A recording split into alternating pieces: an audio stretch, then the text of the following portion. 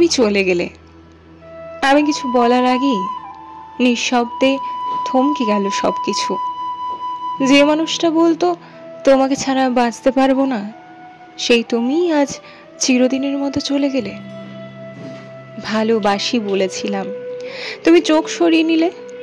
অথচ এক সময় এই শব্দটাই শুনতে তুমি পাগল হতে। আজ আমি হাত ধরে রাখতে চাইলাম আর তুমি বললে অভিনয় সহ্য হয় না।